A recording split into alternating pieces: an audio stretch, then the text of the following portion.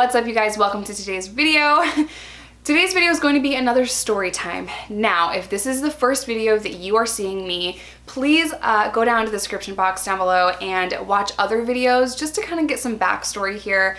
I'm going to share a story of relapsing. So for those of you that don't know, I'm a recovered addict who served time in prison. I've also completely changed my life, so this is probably not the best video for you to watch if this is the first video. So definitely go check out my older videos. But I was getting ready to film this video, and I've actually sat down to film it twice before, and I was taking notes like, how do I want to approach this? Do I want to share this story or that story? And there's a process behind YouTube, and this story kept coming into my mind. It kept coming into my heart, and I'm the kind of person that if I have something on my chest, if I have something on my mind, I have to get it off of my mind. I'll obsess over it until I speak about it. This particular story is difficult for me to share because I let some people down, and these people I care about, and this really sucks, you guys. This really sucks, and it's hard to share. Like I said, I've sat down twice before trying to film this exact video. I even thought I was gonna dance around this particular story just so I don't have to admit letting these people down, hurting people that I love. But I feel like if I do that, then someone's missing something. If I tell this story, maybe one of you will relate to it and you won't feel alone. So we're pushing on. All right, so without further ado, let's dive into my past, right? Shit. Okay, so depending on when I post this video, you guys might have met Randy, because I am filming with him, but I'm not exactly sure when this video is gonna go up. So I was dating him. It's probably 2008. Now, he had a son at 16. And at 16, his girlfriend at the time was also 16. They were very, very young. They both struggled with addiction. And long story short, his son went to live with his grandmother in Iowa. Now, in 2008, Randy's son was about 7 years old. And we decided that we wanted to go to Iowa, get sober, be part of his life, and be a family. I really wanted that to work. I really wanted to do that. So we decided we were gonna quit selling drugs, we were gonna get sober, we were gonna go to Iowa, we were gonna be a family. And I was so excited. I was so excited for this new chapter, but I was also really scared and really nervous because I had not been sober. I was young, 18, 19. I was using H intravenously, but I didn't think I had a problem because addiction lies to us and tells us that we don't have a problem when there's clearly a problem. So I sent Randy to Iowa first. I paid for his ticket, got everything ready, got him the things he needed, sent him off with some money. You go spend some quality time with your son who you have not seen in years. And the reason why Randy did not see his son for years is because Randy was in and out of prison. To this day, Randy's still in and out of prison. But that's a story for another time. So just for the sake of this story, I sent Randy to Iowa. They had a few weeks of just him and his son. And I would call him every day, multiple times a day, and he sounded so happy. He sounded healthy and happy and excited. Everything that his son was doing, he was just so elated and so just happy to see this little boy grow and hang out with this little boy. And their bond was just instant. You could just see it. And, or I could just hear it on the phone. So I had to close up shop, and that took a little bit of time for me to quit that life and meet him in Iowa. On the way to Iowa on the bus, I was using Suboxone so that I could get off of H. And it was kind of one of those things that I used periodically on and off, not doctor prescribed. I got it in the street so that I wouldn't be sick. And I was doing that. But Randy's son's grandmother specifically said, you cannot be on Suboxone in this house. Now keep in mind, this is a long time ago. This is 9 years ago, okay? 9 years ago? Trent is 16 now, so this was a long time ago. Suboxone was just really taboo. People didn't really understand it. They didn't understand what we know today, that Suboxone can be short-term or long-term help with addiction. They really just didn't understand that this was a maintenance drug and this would have helped me not use H. They didn't understand, which most people don't still to this day. A lot of people just don't get it, but it is more, you know, it's more common now than it was a decade ago. So I was using it on the bus, trying to come down, and I knew I was going to be a little sick. That was just something I had to muscle through. So I get to Iowa, and I am just so excited to see this little boy. He is just amazing, and he has so much energy, and he's full of life, and oh my God, I mean, he was just a really special little boy, and that's something that you couldn't deny. So we lived in we lived in Des Moines for a few months. I got a job at Bath & Body Works. Now, I didn't have a car, so I had to take 2 city buses from one side of Des Moines to the other side of Des Moines to work in this mall in Iowa, to work at Bath & Body Works. And I was completely fine with doing that. We were saving up money, and we were gonna try to get our own place close by so that we could be part of his son's life permanently. That was the goal. Well, a few months into staying there, the grandmother moved. They bought a house further out, so there are no city buses where they live now. And, you know, we were really excited for them to buy this house. It's a nice house, and it was just a really happy moment. But it also signified that I no longer had rides to work. That was tough. So, you know, I wasn't a dealer. I had quit everything to start this family in Iowa, and I was really excited for that journey. But a few months passed, and now I don't have a job because they moved, and they couldn't just drive me all the way. I mean, they moved quite a ways out of Des Moines, so they couldn't just drive me back and forth from work every day, and I just had to quit my job, which was really like, I was kind of just really disappointed that I couldn't have that job, because I was kind of clinging to that job because I thought I was going to be able to get a house, get an apartment, and start my life there. Addicts tend to get frustrated when we don't see progress right away. And for me, I was like, I'd been there for maybe, you know, 4 or 5 months. I have no place to live. I don't have a car. I suck. I can't believe I'm, you know, still living here. I didn't want to live off of them.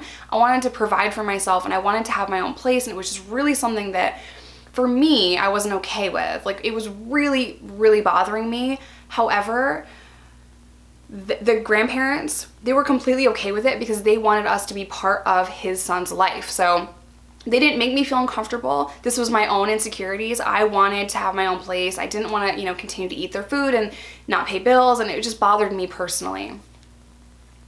Well, one day, I was bored. Straight up, I was bored. We didn't have a job, or I didn't have a job, and I was just there. I was just there, and I was really just getting down and out, and I was talking to another guy on social media. He says MySpace, but I swear it was Facebook. I don't know. So I was talking to who is now a very good friend of mine, but I was talking to this guy, and it was a guy that Randy really, really didn't like.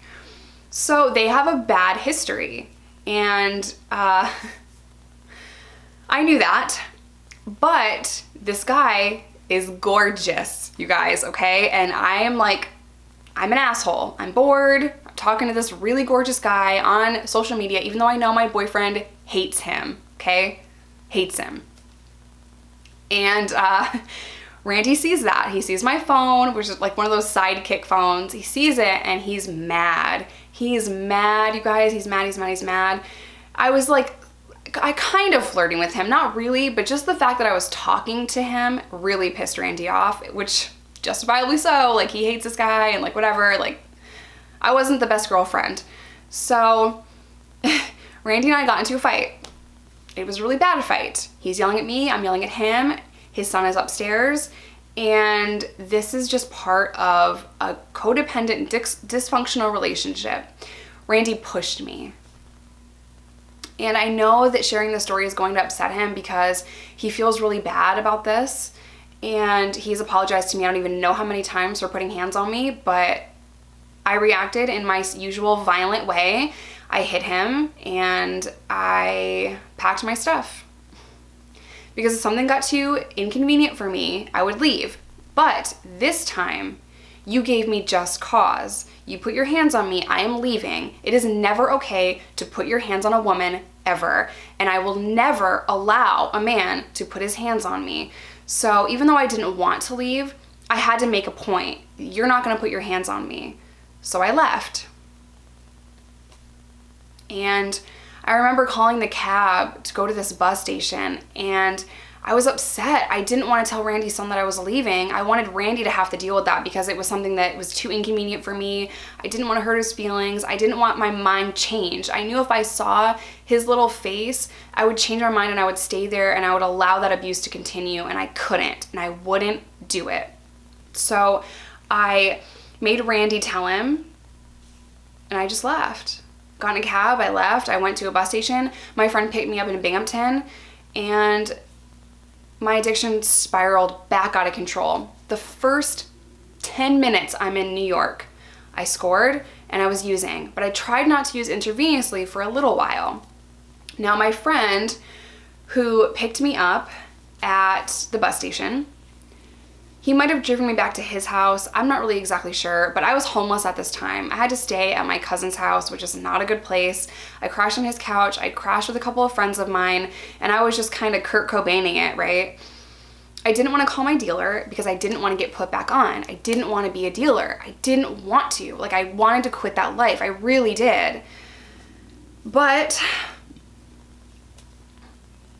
I had to eat, and I didn't want to be homeless anymore. There's also not many jobs where I'm from, so very, very quickly my addiction just came right back. I relapsed within the first 10 minutes I was in New York, and I spent a lot of time with this guy, my friend.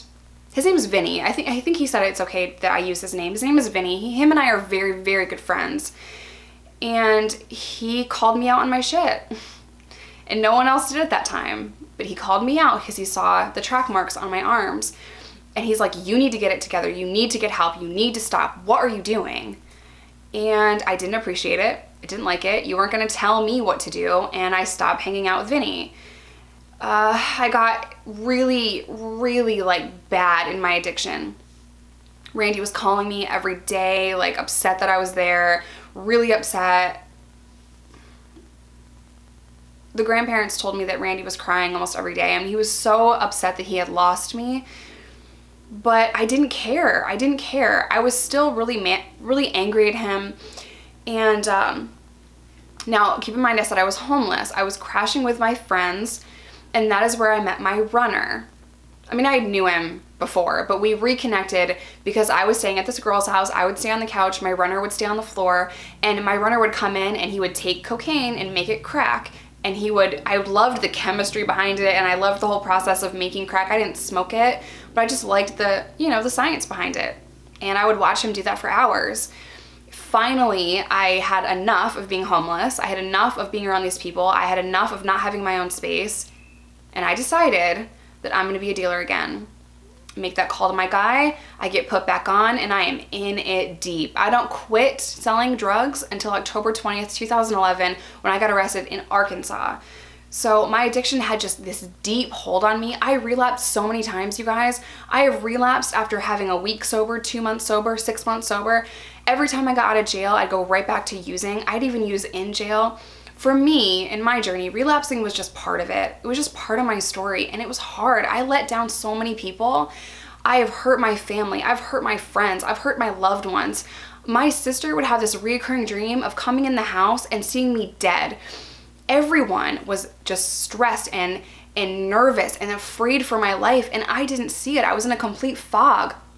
I didn't know that my mom was upset. I didn't really care that my sister was having nightmares. I'm like, suck it up. Like, I'm fine. You're being so dramatic. And I really thought that I was fine. Like, I knew what I was doing.